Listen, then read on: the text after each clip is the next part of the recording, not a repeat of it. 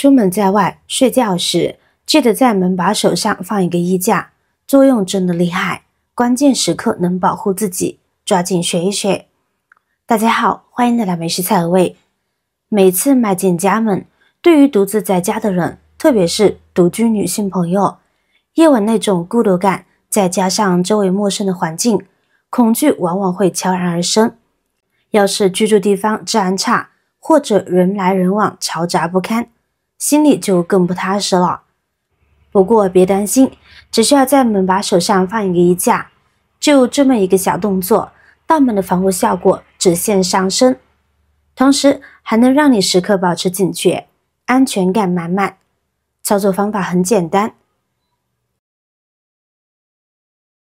第一个方法，我们用衣架比较门把手与反锁扣的位置，先调整一下衣架的距离。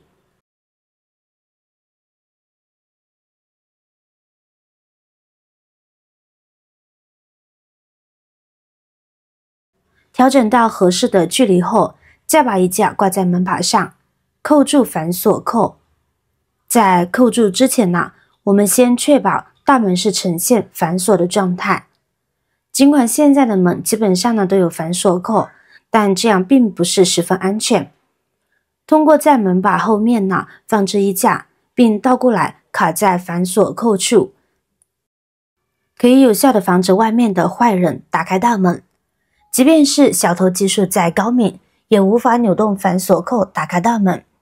因此，在门把手上放一个衣架呢，可以起到防盗的作用，解决了很多家庭困扰的烦恼。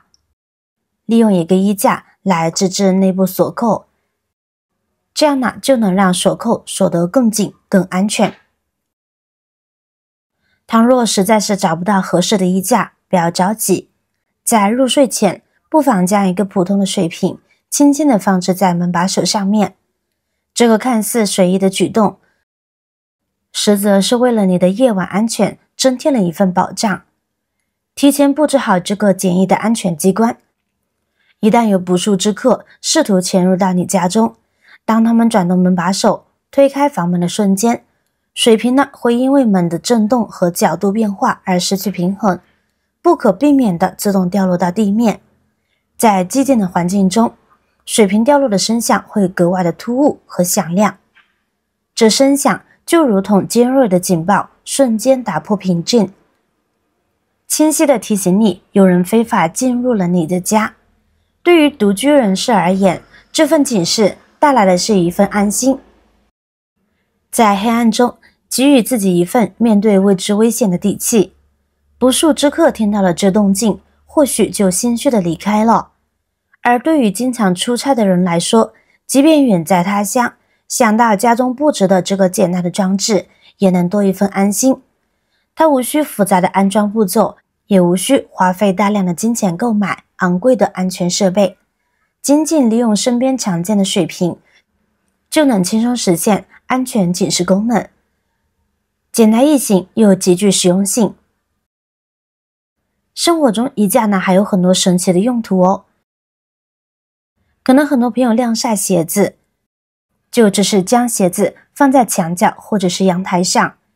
普通晾晒方式不仅干得慢，还容易因局部通风不足而滋生异味。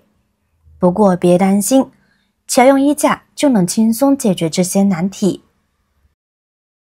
准备一个衣架，拿起衣架后，双手稳稳地握住衣架的两端，发力将其分别向上弯折90度。弯折过程中注意力度均匀，确保两边角度一致，这样改造后的衣架形状规则，更便于使用。改造完成，一个实用的晾晒神器就此诞生。把两只鞋子分别挂在衣架弯折后的两端，鞋子就被稳稳地固定住。这种晾晒方式妙处多多，鞋子悬空，周身呢都能与空气充分接触，真正做到360度无死角晾晒。以往需要2-3天才能干透的鞋子，现在1天就能轻松搞定，大大减省晾晒时间，同时也避免了因潮湿而导致的细菌滋生，保持鞋子干爽清新。妙用2，拿起一个普通的衣架，双手分别握住衣架的两端，将两端同时向内对折。对折完成后，原本细长的两端现在靠拢在一起了。之后再仔细调整衣架中间的把手的角度，使它更贴合墙面，方便悬挂。然后呢，就可以将这个改造后的衣架挂在墙上了。瞬间它就化身一个实用的收纳神器。家中的衣架如果随意摆放，不仅显得杂乱无章，还会占据不少空间。现在通过简单的改造，普通的衣架呢就能成为收纳衣架的得力助手，无论拿取都特别方便，瞬间让家居环境变得更加的整洁有序，一举两得。妙用3，拿起一个衣架，将注意力集聚在衣架下方的那根横杆上，把两端分别向上弯折，使弯折的角度大致相同。接着把横杆的中间部分向下弯折，努力让它最终形成一个规整的 W 形状。最后看看整体造型，微调即可。这样一个简易又实用的锅盖收纳器就大功告成了。找一面厨房的空白墙面，将改造后的衣架稳稳地挂在挂钩上，随后把那些曾经随意堆放在台面上的锅盖依次挂在 W 形状的凹槽处。不同尺寸的锅盖呢，都能在这里找到合适的位置。妙用4，准备两个衣架，将这两个衣架并排放在一起，让它们的横杆相互对齐。接着拿出一根扎带，从衣架两根横杆的中间将其固定起来，再把多余的部分剪掉。固定好横杆后，双手分别握住两个衣架的顶端，缓慢地向反方向拉伸。一个专属晾晒枕头的神器就大功告成啦！把需要晾晒的枕头轻轻放置在这个神器上，枕头稳稳地架在两个衣架之间。在日常生活中，晾晒枕头可不是件容易的事。用这方法就能全方位充分地接触到阳光和空气，真正实现360度无死角晾晒。再也不用像以前那样频繁地去给枕头翻面，既节省了时间，又让晾晒变得轻松便捷。妙用5，首先用力将衣架的横杆向上捏拢，然后呢套在把手上面。随后针对衣架剩余的两端，双手分别握住这两端，先向内弯折，使它们与把手的方向更贴合，再向上弯折。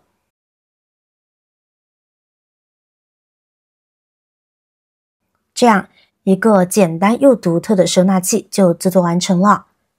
吹风机有了专属的安身之所，取用方便，还节省空间，让家居环境更加整洁有序。